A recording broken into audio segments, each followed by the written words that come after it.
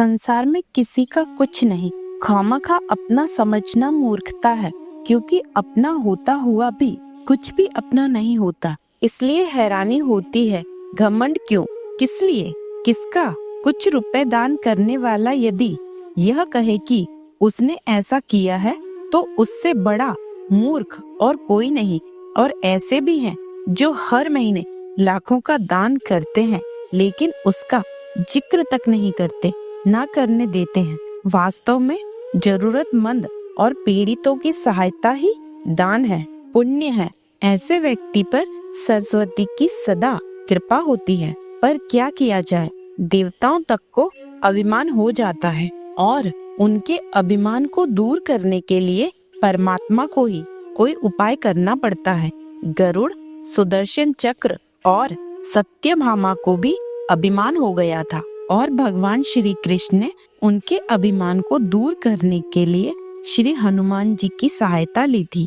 भगवान श्री कृष्ण ने अपनी पत्नी सत्यभामा को स्वर्ग से पारिजात लाकर दिया था, और वह इसलिए अपने आप को श्री कृष्ण की अत्यंत प्रिय और अति सुंदरी मानने लगी थी। सुदर्शन चक्र को यह अभिमान हो गया था कि उसने इंद्र के वज्र को निष्क्रिय किया था। वह लोकालोक के अंधकार को दूर कर सकता है। भगवान श्री कृष्ण अंततः उसकी ही सहायता लेते हैं जो लोकालोक के अंधकार को दूर कर सकता है। गरुड़ भगवान श्री कृष्ण का वाहन था। वह समझते थे भगवान मेरे बिना कहीं जा ही नहीं सकते, इसलिए कि मेरी गति का कोई मुकाबला नहीं कर सकता। भगवान अपने भक्तों का सदा कल्याण करते हैं, इसलिए उन्होंने हनुमान जी का स्मरण किया। तत्काल हनुमान जी द्वारिका आ गए और जान गए कि श्री कृष्ण ने क्यों बुलाया है।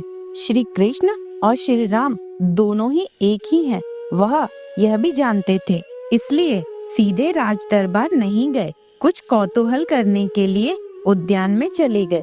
वृक्षों पर लगे फल तोड़ने लगे, और कुछ खाए, कुछ फेंक दिए। वृक्षों को उखाड़ फेंका, कुछ को तोड़ डाला, बाग वीरान बना दिया। फल तोड़ना और फेंक देना हनुमान जी का मकसद नहीं था, वह तो श्री कृष्ण के संकेत से कौतुक कर रहे थे। बात श्री कृष्ण तक पहुंची। किसी वानर ने राजोद्यान को उजाड़ दिया है, कुछ किया जाए। श्री कृष्ण ने गरुड़ जी को बुलाया और कहा, जाओ सेना ले जाओ, उस वानर को पकड़कर लाओ। गरुड़ जी ने कहा, प्रभु एक मामूली वानर को पकड़ने के लिए सेना की क्या जरूरत है, मैं अकेला ही उसे मजा चखा दूंगा। श्री कृष्ण मन ही मन मुस्कुरा दिए, जैसे तुम चाहो, लेकिन उसे रोको। वैनते गए, हनुमान जी को ललकारा, बाग क्यों उजाड़ रहे हो, फल क्यों तोड़ रहे हो, चलो तुम्हें श्री कृष्ण बुला रहे हैं।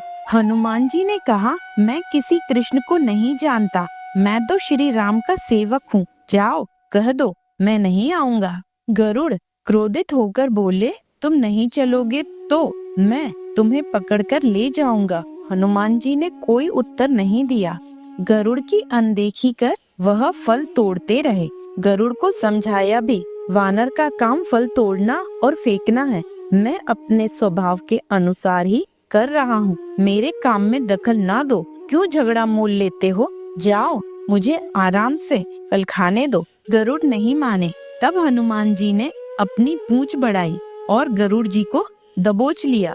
उनका घमंड दूर करने के लिए कभी पूंछ को ढीला कर देते। गरुड़ कुछ सांस लेते और जब कसते तो गरुड़ के मानो प्राण ही निकल रहे हों। हनुमान जी ने सोचा, भगवान का वाहन है, प्रहार भी नहीं कर सकता, लेकिन इसे सबक तो सिखाना ही होगा। पूंछ को एक झटका दिया और गरुड़ को दूर समुद्र में फेंक दिया। बड़ी मुश्किल से वह गरुड़ दरबार में पहुँचे। भगवान को बताया, वह कोई साधारण वानर नहीं है, मैं उसे पकड़कर नहीं ला सकता। भगवान श्री कृष्ण मुस्कुरा दिए और सोचा, गरुड़ का घमंड तो दूर हो गया, लेकिन अभी इसके वेग के घमंड को दूर करना है। श्री कृष्ण ने कहा, गरुड़, हनुमान जी श्री राम जी के भक्त हैं, इसलिए नहीं आए। यदि तुम कहते कि श्री राम ने बुलाया है तो फौरन भागे चले आते। हनुमान अब मलय पर्वत पर चले गए हैं, तुम तेजी से जाओ और उनसे कहना श्री राम ने उन्हें बुलाया है। तुम तेज उड़ सकते हो, तुम्हारी गति बहुत है, उसे साथ में ले आना। गरुड़ जी वेग से उड़े और मलय पर्वत पर पहुँचे। हनुमान जी से क्षमा मांगी और कहा भी श्री राम ने आपको याद किया है, अभी आओ मेरे साथ, मैं तुम्हें अपनी पीठ पर बैठाकर मिनटों में द्वारिका ले जाऊंगा। तुम खुद चलोगे तो देर हो जाएगी, मेरी गति बहुत तेज है, तुम मुकाबला नहीं कर सकते। हनुमान जी मुस्कुराए, भगवान की लीला समझ गए और कहा तुम जाओ, मैं तुम्हारे पीछे ही आ रहा हूँ। द्वारिका में श्री कृष्ण राम रूप धारण कर सत्यभामा को सीता बना सिंहासन पर बैठ गए। सुदर्शन चक्र को आदेश दिया, द्वार पर रहना, कोई बिना आज्ञा अंदर ना आने पाए। श्री कृष्ण समझते थे कि श्री राम का संदेश सुनकर तो हनुमान जी एक पल भी नहीं रुक सकते, अभी आते ही होंगे। गरुड़ को तो हनुमान जी ने विदा कर दिया और स्वयं उससे भी तीव्र गति से उड़कर गरुड़ से पहले ही द्वारिका पहुंच गए। दरबार के द्वार पर सुदर्शन ने उन्हें रोककर कहा, बिना आज्ञा अंदर जाने की मनाही है। जब श्री राम बुला रहे हो तो हनुमान जी विलंब सहन नहीं कर सकते। सुदर्शन को पकड़ा और मुंह में दबा लिया। अंदर गए। सिंहासन पर श्री राम और सीता जी बैठे थे। हनुमान जी समझ गए, श्री राम को प्रणाम किया और कहा, प्रभु आने में देर तो नहीं हुई।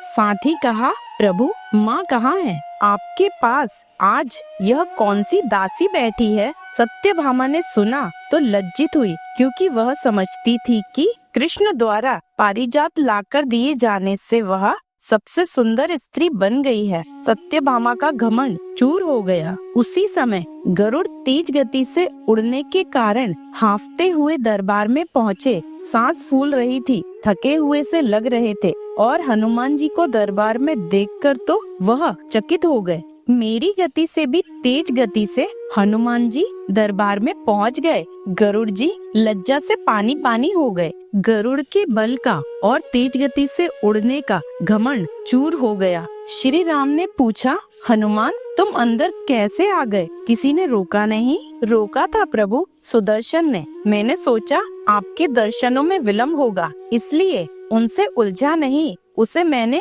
अपने मुख में दबा लिया था। और यह कहकर हनुमान जी ने मुख से सुदर्शन चक्र को निकालकर प्रभु के चरणों में डाल दिया। तीनों के घमंड चूर हो गए। श्री कृष्ण यही चाहते थे। श्री कृष्ण ने हनुमान जी को गले लगाया, हृदय से हृदय की बात हुई और उन्हें विदा कर दिया। परमात्मा अपने भक्तों में, अपने प्रियजनों में अभिमान नहीं रहने देते। श्री कृष्ण सत्यभामा, गरुड़ और सुदर्शन चक्र का घमंड दूर न करते तो वे परमात्मा के निकट नहीं रह सकते थे। परमात्मा के निकट रह ही वो सकता है जो मैं और मेरी से रहित हो। श्री राम से जुड़े व्यक्ति में कभी अभिमान हो ही नहीं सकता। ना श्री राम में अभिमान था, ना उनके भक्त हनुमान में। ना श्री राम ने कहा कि मैंने किया और ना हनुमान जी ने ही कहा कि मैंने किया। इसलिए दोनों एक हो गए, ना अलग थे ना अलग रहे। ऐसे दयालु प्रभु अपने भक्तों पर कृपा करते हैं ताकि उनके भक्तों का उद्धार हो सके। ऐसे दयालु भक्त वत्सल भगवान की जय। जय श्री राम।